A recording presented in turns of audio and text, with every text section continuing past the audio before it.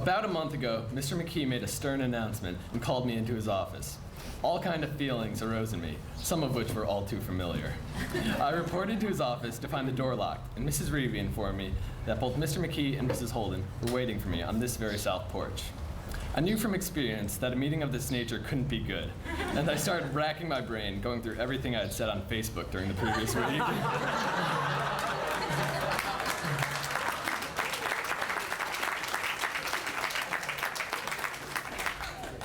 As I made my walk of shame up to this porch, I could already feel Mrs. Holden's stare bearing down on me from across the pond.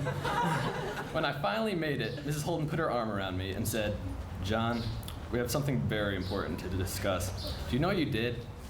Or something of that nature. At this point, I was having a mild seizure and too petrified to hear anything going on around me. I shook my head and there was a moment of silence. I got lightheaded, my palms started to sweat, and I started to lose my balance. Lucky for me, if I did faint, Mrs. Holden would be there to hold me up and nurse me back to consciousness. Again. Then the truth came out. It was worse than anything I could have imagined. In a unanimous faculty vote, I had been chosen to be the student commencement speaker. The punishment was one unlike I've ever experienced. And at first, I wished it was just a suspension. I accepted my punishment and walked down the hill, asking myself how I got myself into this. It wasn't until about a half hour later that I came out of my state of shock and realized what an opportunity this was. I had just been given a slot of time in which I had the opportunity to say whatever I wanted about whomever I wanted. Then all my frustrations, share my deep and intellectual thoughts on how we could run the school, and argue for why we should change the name to Jonathan Bernier's Collegiate School for the Gifted. However, after hearing we wouldn't receive our diplomas until after my speech, I decided to change my central topic slightly. So I thought more and asked myself, why me? Well, there are only 27 other kids in the grade, and just by looking at me, it's pretty easy to see why they chose me. But then I thought more. The teachers had to be smarter than they look. They wouldn't just choose a student because of his stunning good looks, capacity to carry out thoughtful and intelligent conversation, and his ability to stay classy and sophisticated no matter the situation, especially while driving his 92 Saab 900 without a bumper. They must have chosen me for some real reason. Obviously, they knew something about me that I didn't, and after some long, deep thoughts, I discovered why they chose me. I'm someone who could potentially say something meaningful and memorable while being creative and without putting half the crowd to sleep. So here I go. Well, I got nothing. So relax, close your eyes, take a nice therapeutic midday nap, and dream that I say something really motivating and inspirational. Wake up in about 5 minutes and then give me a standing ovation. Good morning, guys. Well, we made it. 4 years ago, I thought this day would never come, and a lot of times I was certain it wasn't going to. But we fought through each day and week, some of which were better than others, and finally arrived. There's a saying that I believe sums up our class pretty well, and it goes, "Good judgment comes from experience. Experience comes from bad judgment."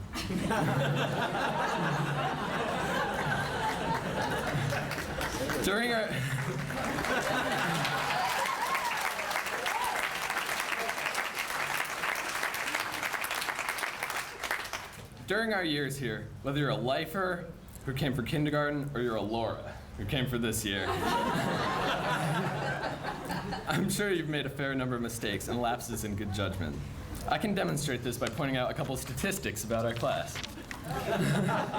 For example, approximately 71% of our licensed male population has been involved in automobile crashes.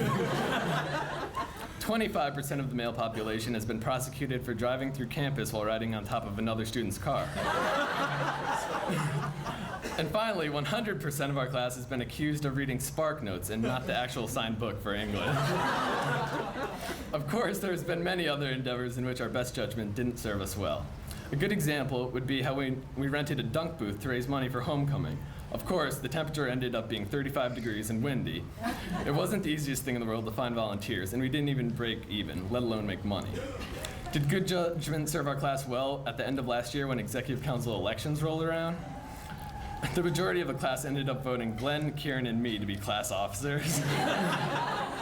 The majority, to top that off, 100% of this year's senior officers were tried and convicted in the infamous Darcy trials that rocked this campus the past fall.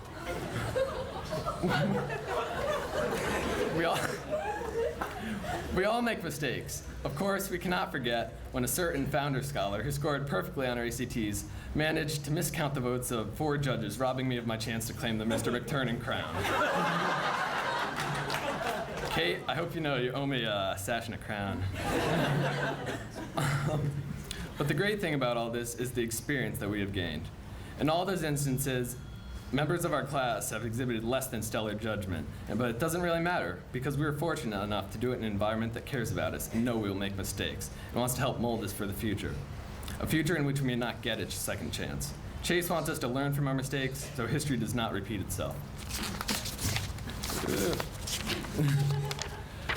As a class, we've taken advantage of this environment to the fullest by going above and beyond our limitations, above our limitations and beyond what anyone thought we could do in spite of our small size. Last year during Spirit Week, when we claimed Pirate Day, we knew we would make it one the school would never forget. All the men came to school adorned in their best pirate gear, and the ladies were the pirate wenches. For the day, the foyer was transformed into a pirate hideout with an alligator, skeletons, a treasure chest, and plenty of booty. We even went as far as to bring in a boat and set it a sail on the pond. Needless to say, we put all the other classes to shame. We were proud that the class of 2007 had done it again. However, at the end of the day, in the biggest upset in my time here, somehow we fell to the sophomores and came in second place for the day. Everyone was heartbroken, but this is when our class really shines. We didn't bury our heads in the dirt and accept defeat. We knew we won, no matter what the official committee said, and we acted like we won. The class of 2007 has always supported each other in standing up for what we believe in, and no one can say that's wrong. To quote a recent motion picture, A Night at the Museum, a movie which Glenn claims he made the original version of years earlier on Meg's cell phone. Although we are small, our hearts are large. Our class may be the smallest class in 9 years, but I feel we have had the largest influence on the school. We really embody the school, and next year, honestly, I don't know what you guys are going to do without us. We had so much of an influence that Mr. McKee can't even imagine being here, so he's leaving too.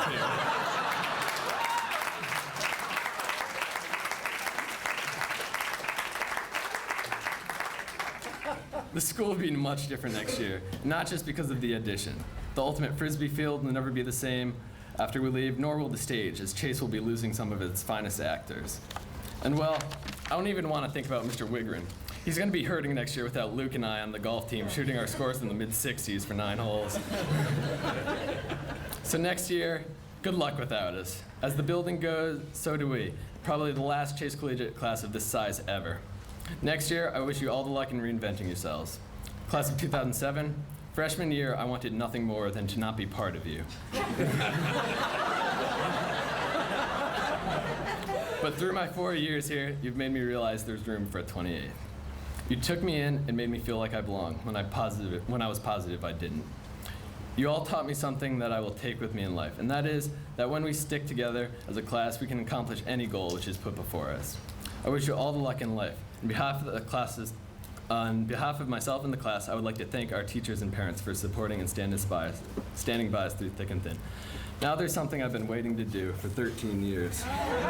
Congratulations, class of 2007.